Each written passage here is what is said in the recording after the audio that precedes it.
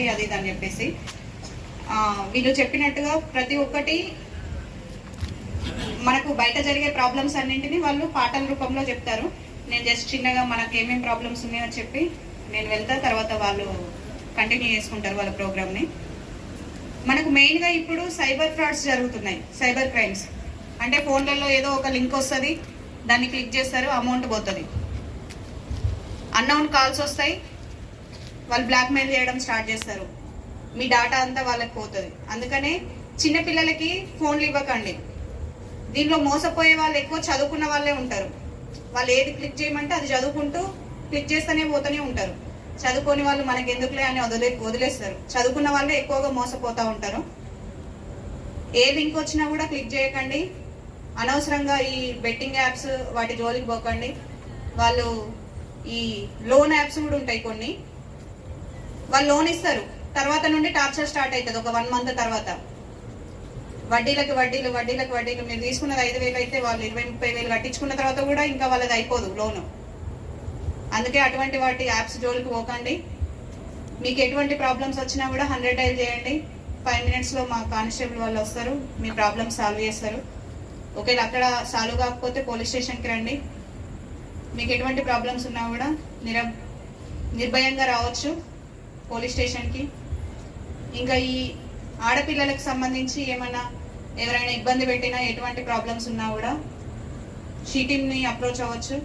షీటీమ్కి కాకపోయినా, ఆ నెంబర్ తెలియకపోయినా డైల్ 100 చేసినా కూడా మన వాళ్ళు మీకు ప్రాబ్లమ్ సాల్వ్ చేస్తారు వచ్చి. ఇంకా ట్రాఫిక్ రూల్స్, ఒక్కరి దగ్గర లైసెన్స్ ఉండదు, ఒక్కరి దగ్గర ఇన్సూరెన్స్ ఉండదు. రేపు ఏదైనా యాక్సిడెంట్ జరుగుతుంది, అన్ని మనం కరెక్టే పోతాం, ఎదుటివాడు కరెక్ట్ రావాలని లేదు కదా. మీకు ఇన్సూరెన్స్, లైసెన్స్ ఇవన్నీ ఉంటేనే మీకు ఇన్సూరెన్స్ వర్తిస్తుంది.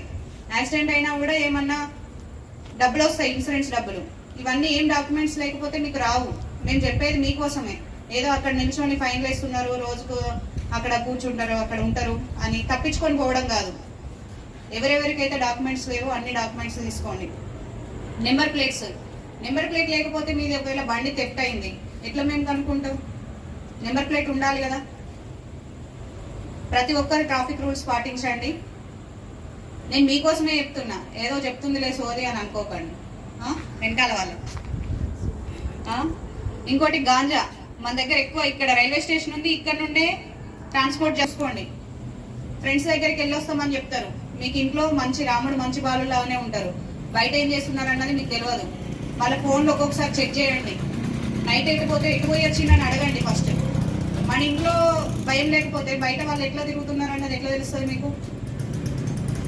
మీరు భయపెడితేనే కదా వాళ్ళ లైఫ్లో సెట్ అయ్యేది. ఏదో గారాబం చేసి తినడు, మేమేమన్నా అంటే వాడు అలుగుతాడు, ఇవి కాదు. అలుగుతే ఇంకోటి వేయండి, ఎటు పోయిండో కనుక్కోండి.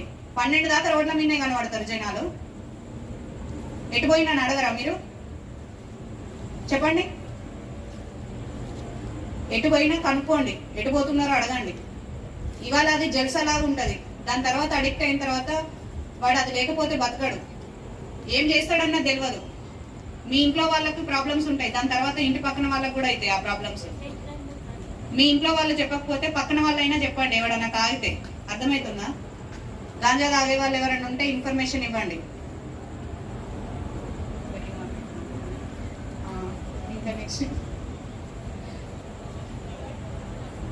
ఒకవేళ మీ డబ్బులు పోయినాయి అని ఏమన్నా మీకు ఏమన్నా మెసేజ్, ఇందాక చెప్పినట్టుగా సైబర్ ఫ్రాడ్ గురించి ఏమన్నా డబ్బులు పోయినట్టుగా ఏమన్నా మెసేజ్ వచ్చినా వెంటనే 1930 కాల్ చేయండి. ఓకేనా? వెంటనే పోలీస్ స్టేషన్ కన్నా రండి. దేనికి చేయాలో అర్థం కాకపోతే.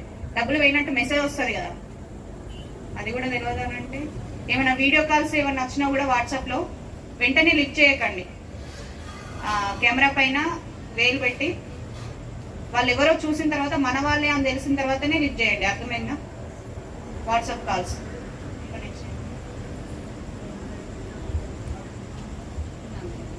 ఓకే. ఇంకోటి సీసీ కెమెరాలు.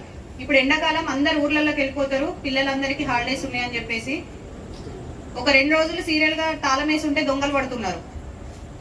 ఏ వస్తువులు ఏవి కొంచెం ఇంపార్టెంట్, గోల్డ్ కానీ క్యాష్ కానీ ఏవి ఇంట్లో పెట్టుకోకండి, మీతో పాటే తీసుకెళ్ళండి. దొంగతనాలు ఎక్కువ జరుగుతున్నాయి. ఎందుకంటే హాలిడేస్ కాబట్టి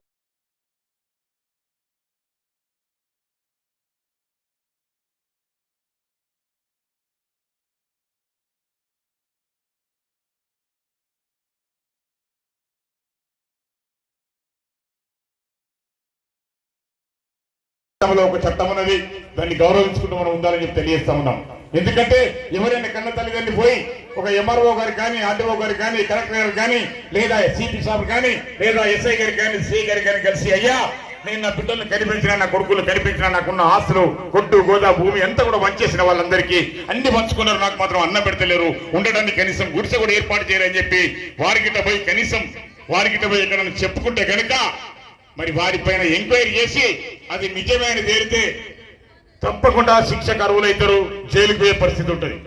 అయ్యో కొంతమంది అంటారు మా అబ్బాయికి భూ పెట్టకపోతే మమ్మల్ని కేసు పెడతారు సార్ అంటే చట్టంలో ఉన్నది. అది చట్టంలో ఉన్న తర్వాత నీ దేవుడు కూడా తప్పించుకోలేడు, దేవుడు కూడా తప్పించుకునే పరిస్థితి లేదు. సినిమా చూసిన వెంకటేష్ దేవుళ్ళ మీద కేసేస్తాడు, చూసిరా చూసి నవ్వద్దు. దేవుడు కూడా చట్టాన్ని తప్పించుకునే పరిస్థితి లేడు ఇవాళ. కాబట్టి మన చట్టాలంతా గొప్పవి, మన చట్టాలను గౌరవిస్తూ, మన చట్టాలను అనుసరిస్తూ, మన చట్టాలకు విలువలిస్తూ మనం ముందుకెళ్ళాలి. ఆ చట్టం